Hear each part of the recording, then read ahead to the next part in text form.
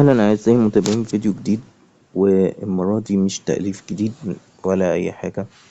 احنا المرة دي عملنا تأليف أنشودة دينية يا أعزائي المتابعين، لأننا في شهر رمضان. فطبعا يعني احنا لازم نعمل حاجة دينية كده بمناسبة إن احنا في الشهر الكريم.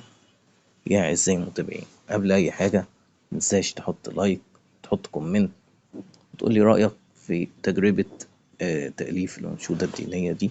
ولو عجبتكم فيعني إن شاء الله أعمل لكم تأليف لأنشودة تانية أحسن من دي.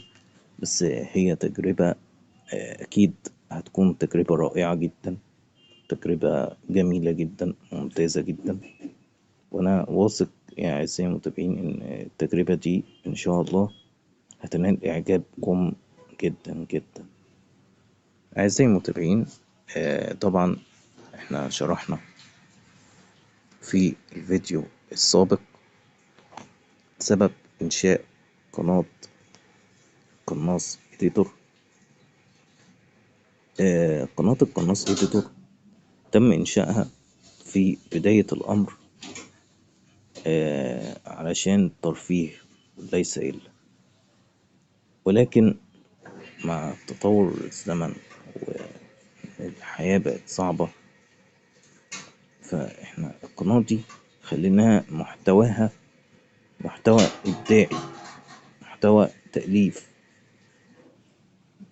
لأن يا أعزائي المتابعين يعني التأليف هو إبداع، والإبداع أنا مولود بيه من وأنا بيبي صغير، من وأنا صغير في السن وأنا بعرف أكتب تأليف.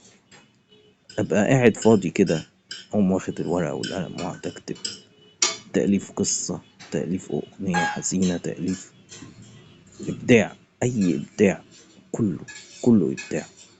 أنا من وأنا صغير دايما الإبداع ده أهم حاجة في حياتي، وأتمنى في يوم إن الإبداع ده يوصلني لأعظم نجاح. طبعا انتوا عارفين اللي أنا قلته في الفيديو اللي هو شرح سبب إنشاء قناة القناص إديتور. شرح سبب إنشاء قناة القناص إديتور، وشرحت كل التفاصيل بكل اللي فيها. أعزائي المتابعين، مطلوب منكم تحطوا لايك، كومنت، وتشتركوا في القناة وتفعلوا الجرس عشان نوصل القناة الجميلة دي ل1,000,000 مشترك. أنا بحبكم يا أعزائي المتابعين، أشوفكم في فيديو جديد. مع السلامة.